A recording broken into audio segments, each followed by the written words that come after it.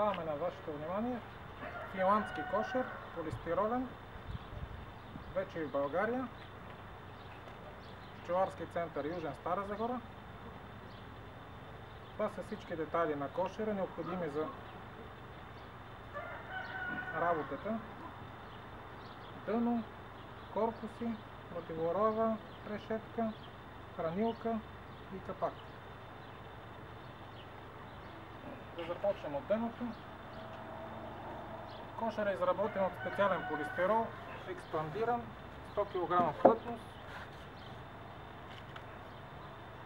Това е дъното с голям отвор за вентилация. Специална алуминиева решетка, която се поставя на мястото чрез приплъзване. С две ръце захващате.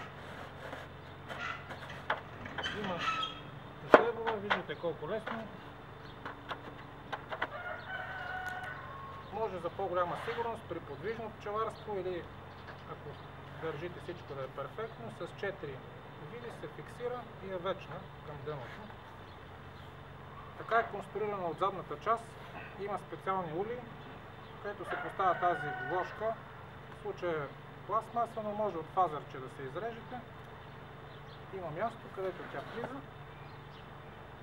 Нейната роля е, освен да се затопля семейството сега в март-април месец, след третирането на заакара, той пада през металната решетка и по този начин може да преброите и да отчетете опаразотяването на семейството. Ако има нужда, още веднъж да третирате. Специално място има за затваряне на входа.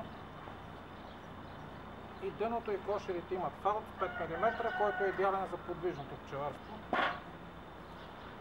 Следващия детайл, това са корпусите. Те се стоят от къси и дълги страници. А това са планките, които лежат рамките и в които се застъпват корпусите, които са много важни.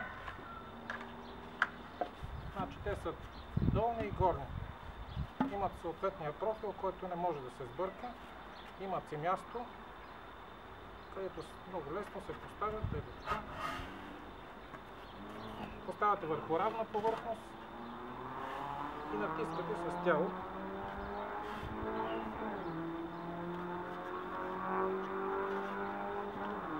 Докато ето се изравни с стиреопор. След това другото взимате другия профил. Единият е долен, другия горен. По същия начин, чрез приплъзгане, докъдето може, след това използвате другата. Ето перфектно. Е готова късата страница, след това правите и другата по същия начин.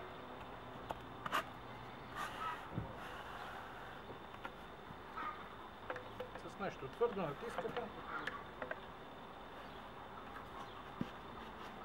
И последната.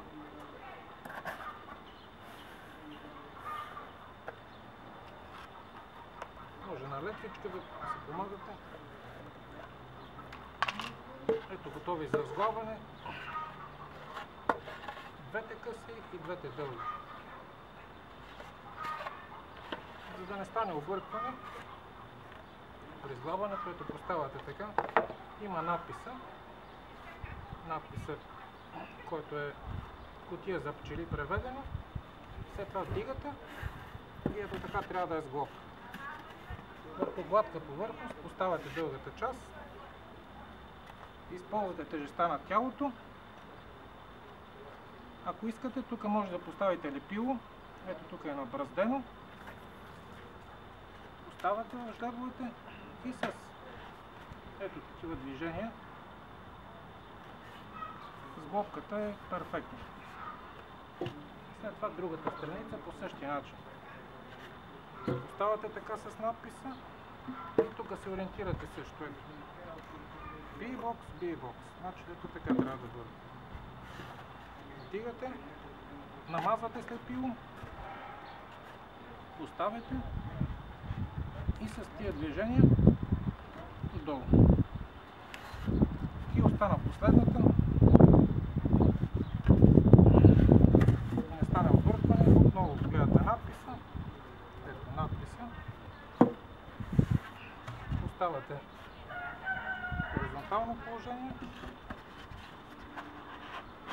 и с помощта на тежестта на тялото намазвате слепило, естествено.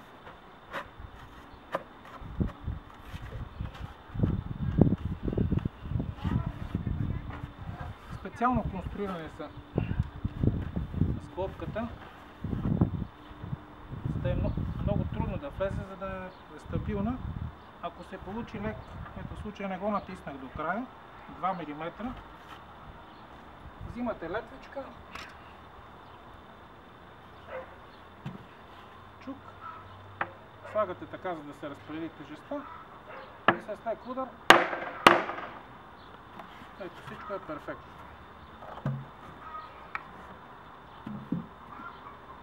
И кошера е готов. Оставате дъното. Това е корпуса. Това е ханемановата решетка със специална рамка.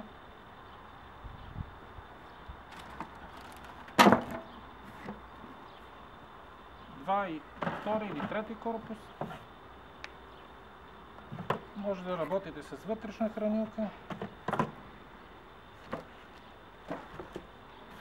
или външна полистиролна, 10 литра нейната вместимост.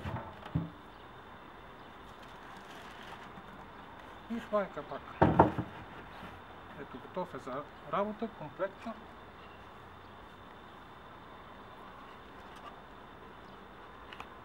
Към тази решетка ханеманова има прилепна дъска, която служи и за затваряне на дъното. Ето,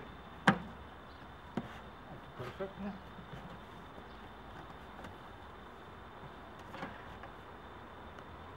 В случая като прилепна дъска.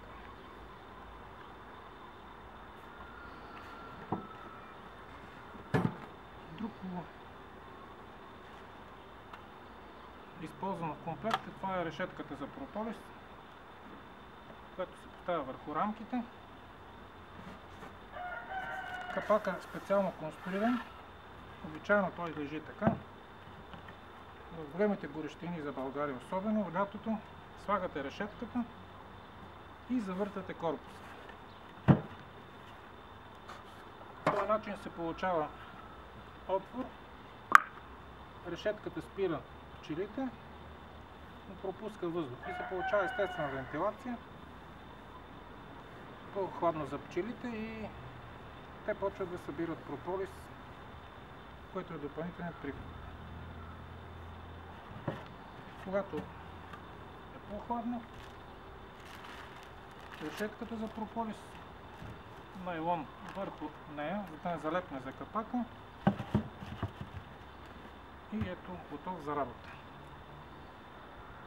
В другото видео ще обясним специално използването на противороевата система, отделно как е принципът, за да не се гонят оряците и да се добива повече мед.